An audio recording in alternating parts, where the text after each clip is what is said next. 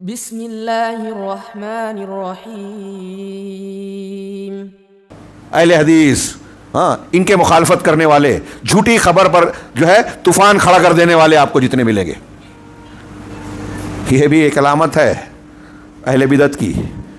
شیخ عبد القادر جیلانی کہتے ہیں اہل بدعت کی پہچان ہے اہل حدیثوں کو برا بھلا کہے گا۔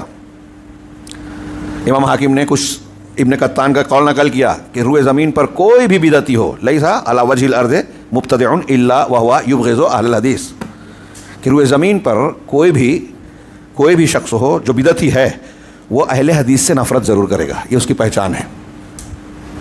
تو بہرحال یہ قرآن کی آیتیں بھی اللہ نے بھی ہم کو آگاہ کیا ہے، اور اس تناظر میں دیکھیے یہاں میرے سامنے ایک میں نے سوچا تھا شروعات کروں گا علامہ ابن تیمیہ کے ایک اقتباس سے جو کافی لمبا ہے، موقع نہیں ہے، میں براہ راست پہچان پہ آتا ہوں۔ اللہ کے علامہ ابن تیمیہ رحمہ اللہ نے بھی کہا کہ اللہ کے نبی صلی اللہ علیہ وسلم نے یہ جو ابھی حدیث آپ نے سنی کہ میری ستفترق امتی الی 73 فرقہ کلہم فی النار الا واحدہ وہی الجماعہ، وفی روایہ وما ہی یا رسول اللہ، کہ 73 فرقے ہوں گے میری امت کے، سب جہنم میں جائیں گے سوائے ایک کے، ملت واحدہ، اسی کو الجماعہ کہا۔ اور بعض روایتوں میں کہا کہ اس کی علامت یہ ہے ما انا علیہ و اصحابی، ما انا علیہ و اصحابی۔ یہاں ایک مختصر سا جواب ہمارے عنوان کے تحت میں یہ دے سکتا ہوں، کہہ سکتا ہوں کہ اہل بدعت کی مختلف شکلیں، مختلف رنگ ہیں۔ کبھی نام تھا، ابھی شیخ نے کہا کہ قدریہ، جہمیہ، خارجی اور بہت سارے گمراہ فرقے ہوئے، آج اس نام سے لوگ ہیں نہیں، لہذا ہم کسی کا رد کرتے تھے کہ یہ نہیں کہتے کہ یہ جہمیہ قدریہ، لیکن ان کے اصول، ان کے ضابطے، ان کی شناخت کی چیزیں جس سے وہ اہل سنت سے الگ ہوئے ہٹے، وہ چیزیں، وہ جراثیم، وہ گمراہیاں آج کے بہت سارے فرقوں میں موجود ہیں، لہذا ان کو جاننا چاہیے۔ تو میں عرض کر رہا تھا اللہ کے نبی صلی اللہ علیہ وسلم نے کیا بتایا، جس پر میں ہوں اور میرے صحابہ، ایک کتاب ہے، کتاب ہمارا پورا عنوان ہی اس میں سمٹا ہوا ہے، جس پر میں ہوں، اللہ کے رسول جس پر ہیں اس کو کیا بولتے ہیں؟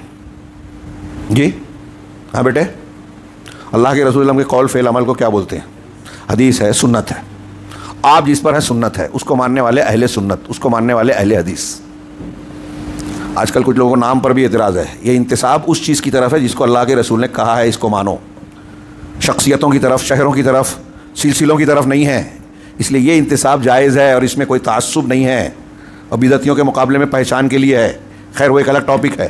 اللہ کے رسول نے کہا جس پر میں ہوں یعنی جو سنت پر چلتے ہیں، اور سنت صرف فقہیات میں نہیں ہے کہ ہم ایسے طہارت حاصل کریں، ایسے غسل کریں، یہ حلال ہے، یہ حرام ہے، نماز کا طریقہ، فلاں چیز کا طریقہ، یہ سنت میں یہ ہے۔ اس میں سنت میں سب سے اہم چیز ہے عقیدہ۔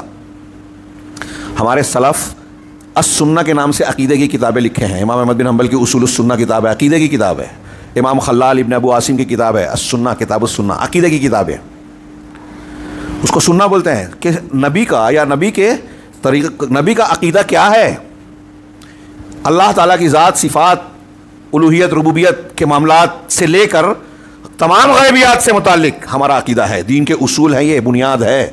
یہ اصول صحیح نہیں ہوگی تو عمارت صحیح نہیں ہوگی۔ فضائل کوئی مطلب نہیں رکھتے ہیں، اچھی طرح سمجھ لیجئے۔ خارجی نماز بہت اچھی پڑھتے تھے، اللہ کے رسول نے کہا صحابہ سے تم سے اچھی نماز روزہ رہے گا، ان کا قرت رہے گی، لیکن دین سے ایسے نکل جائیں گے جیسے تیر جو ہے شکار کو چھید کے نکلتا ہے، مل جائیں گے تو مارنا، قتل کرنا، لائق نہیں کرنا، یہ لائق نہیں کرنا میں بول رہا ہوں، مارنا ان کو، مل جائیں تو، مجھے مل جائیں گے تو عاد کی طرح قتل کروں گا۔ قرآن پڑھیں گے حلق کے نیچے نہیں آئے گا، مطلب پڑھیں گے تو قرآن دیکھ کے، نماز اچھی دیکھ کے متاثر نہیں ہونا ہے۔ امام احمد وغیرہ کہتے ہیں کسی کا زہد و تقویٰ دیکھ کر آپ متاثر نہ ہو جائیں، اس کو اتنے لوگ لائک کرتے ہیں، یہ دیکھ کر اس کے پیچھے مت چلنے لگیے۔ ہم اصول دیکھیں کہ اہل حق اور اہل بدعت کی پہچان کیا ہے، اس اعتبار سے اس پیمانے کو دیکھیں۔ یہ ہمارے اور آپ کے لیے میرے بھائیوں بہت ہی، شیخ نے کہا بہت حساس، بہت ہی ضروری مسئلہ ہے۔ گھروں میں بچوں کو پڑھائیے، سکھائیے، اس پر محنت کیجیے۔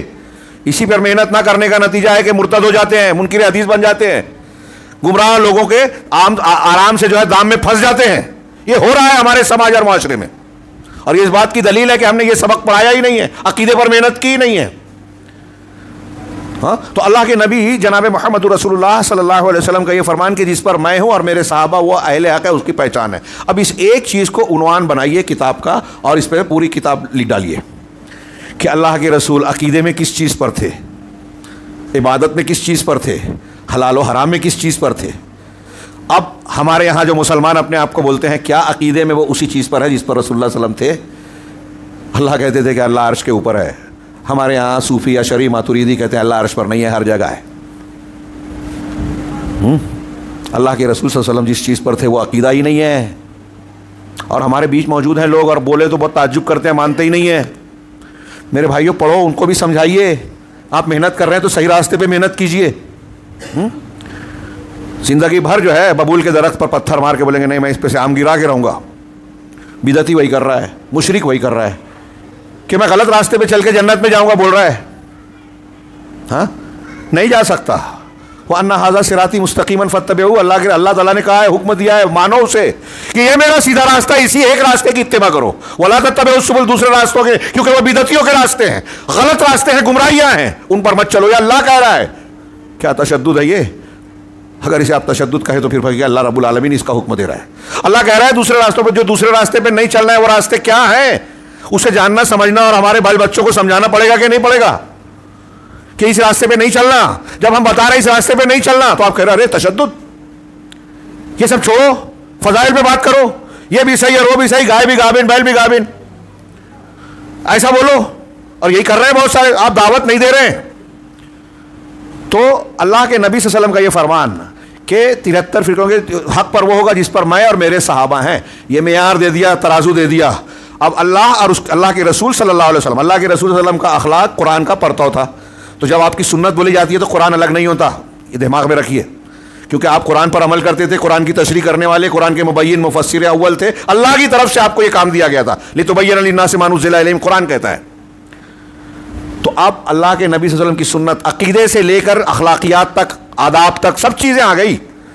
اگر اللہ کے رسول صلی اللہ علیہ وسلم کا ایک عمل ہمیں سبق معلوم ہو جائے کہ آپ اس طرح سے کپڑا پہنتے تھے، اس طرح سے بیٹھتے تھے، تو ایک مسلمان یہ بول ہی نہیں سکتا کہ دنیا کا فلاں بادشاہ اور فلاں آدمی اور فلاں پیر صاحب کا طریقہ مجھے زیادہ اچھا لگتا ہے۔ اگر ایسا بولے گا تو اللہ کے رسول کو ناپسند کر رہا ہے۔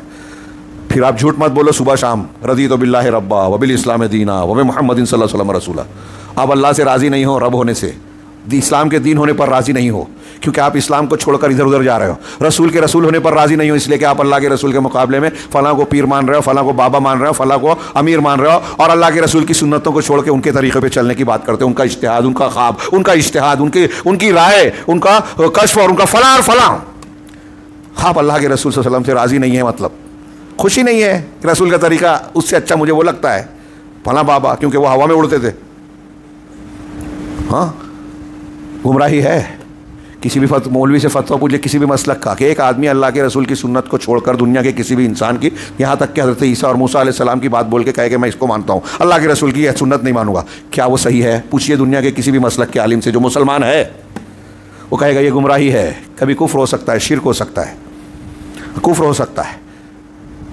ارے بھائی، اللہ کے رسول صلی اللہ علیہ وسلم نے یہاں تک کہا کہ من تشبہ بقوم فہو منہم، جو جس نے کسی قوم کی مشابہت اختیار کی وہ انہی میں سے۔ سوچیے تھوڑی دیر کے لیے، آپ ان کا کوئی سمبول، عیسائیوں کا، ہندوؤں کا، بدھسٹوں کا، کسی مذہب کے سمبول، شعار، پہچان کو قبول کرتے ہیں تو اللہ کے رسول کہہ رہا ہے آپ انہی میں ہو جائیں گے۔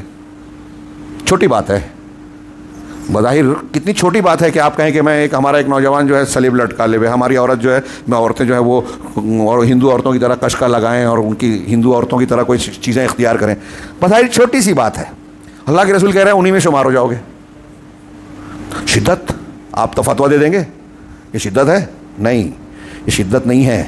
آپ جب کسی دوسری قوم کا، رسول کی سنت کو چھوڑ کر کسی اور کا طریقہ اختیار کرتے ہیں تو آپ اپنے عمل سے یہ کہہ رہے ہیں کہ اس معاملے میں مجھے اسلام کی تعلیم، رسول اللہ صلی اللہ علیہ وسلم کا طریقہ پسند نہیں ہے، اس سے زیادہ اچھا میرے کو فلاں کا طریقہ لگ رہا ہے۔ یہ چھوٹی بات نہیں ہے۔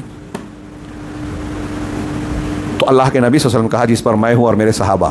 علامہ ابن تیمیہ رحمہ اللہ کہتے ہیں کہ اب ہمیں اور آپ کو اللہ کے رسول صلی اللہ علیہ وسلم نے ایک پیمانہ، ترازو دے دیا، اسی پر ہم پورے دین کو ناپیں۔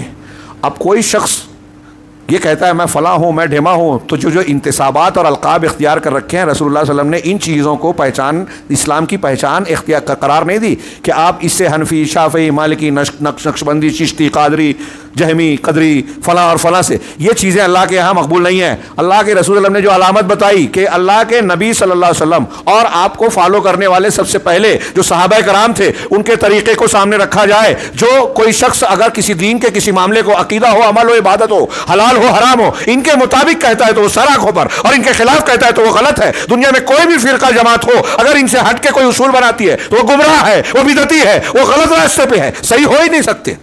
اور صحیح کی پہچان یہ ہے کہ وہ رسول اور صحابہ کے طریقے پہ ہر معاملے میں ایک جیسی ہو۔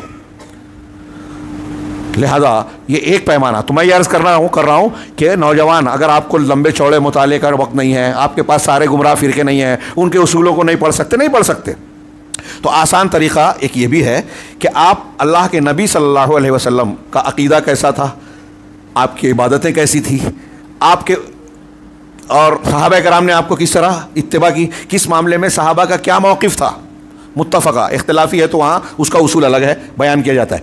اگر متفقہ صحابہ کا کوئی موقف ہے وہ سیکھ لیجئے، وہ جان جائیے۔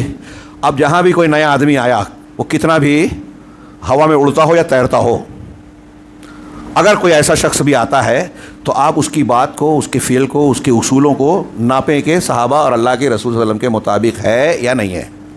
نہیں ہے تو پھینک دیجئے اسے، وہ کتنا بھی ہے، آپ اس کے مکلف نہیں۔ ارے اتنے بڑے ایسے اور ویسے، اتنے کروڑ لوگ روز سنتے ہیں، ٹی وی چینل پہ آتا ہوگا، نبی کی مہر نہیں ہے تو ہمارے لیے اس کا کوئی حیثیت اور اوقات نہیں ہے۔ ہاں نبی کے مطابق کہے گا سر آنکھوں پر۔